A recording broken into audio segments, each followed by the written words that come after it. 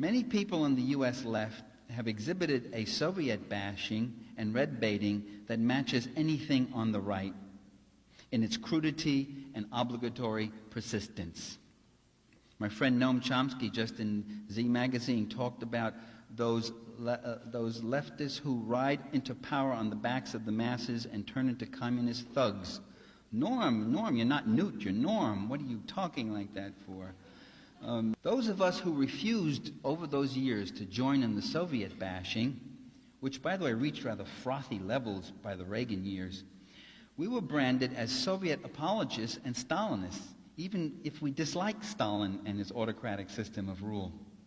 My real sin, I decided, which I plan to commit again tonight, and which I've already committed, is that I questioned rather than uncritically embraced the media propaganda images and stereotypes about existing communism.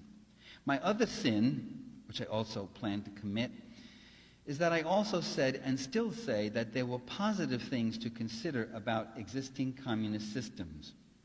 Left anti-communism was, and it still is, as orthodox and dogmatic as the mainstream or the more extreme McCarthyite varieties, in that it doesn't tolerate anything positive being uttered about existing communist systems, except possibly Cuba.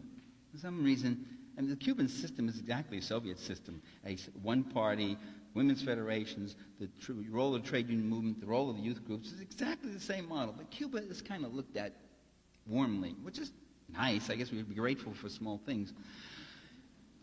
Left anti-communism expects nothing less than a blanket condemnation of communist countries as Stalinist monstrosities, historic and moral aberrations. I prefer what psychologists call differential object appraisal. That you look at something and you see it in very differentiated things. Some things good, some things not so good.